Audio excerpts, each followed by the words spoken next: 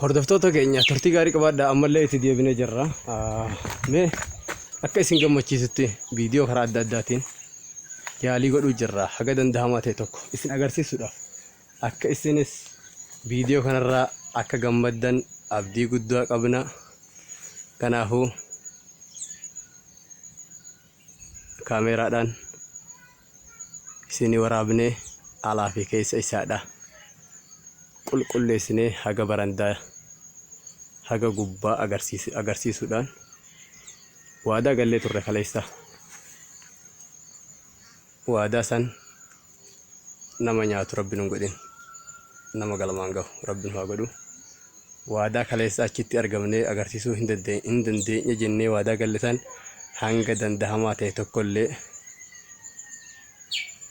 agarsiisuudhaaf yaala goonee jirra.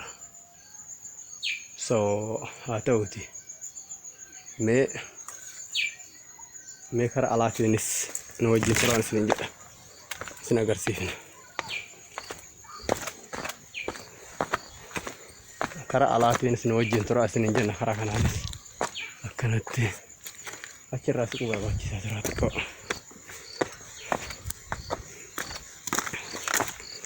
Daawwattoota keenya kun haroodha, bishaan qabateera. Egaa kabajamtootaa fi dhaggeeffattoota keenya akkuma beekamutti bal'inaan kun karaa bareedaadhaan ammatti dhufne.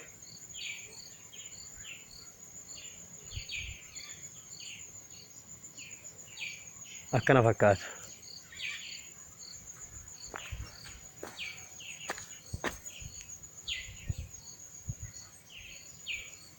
Waysi sarduu jira. Akka mul'atutti irra deddeebinee isin agarsiisuudhaaf waadaa gallee jirra. Har'aaf qopheessinee jirra.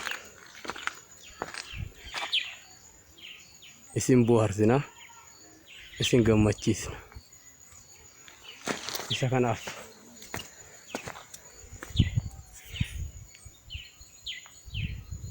kunoo akkana fakkaata. Kuni gara fuula karaatiin gara karaatichuu. Kuni gara naan jira. Keessa waraabuurra viidiyoodhaan akka inni itti tolu alaa waraabuu wayya. Akkan argu kanatti. Waliin illee tun mirhaaba, kun mirhaaba. Bakka mirhaaba kun kazzaan. Bulayyaan viidiyoo isin baay'ee daqiiqaa 3 gahe.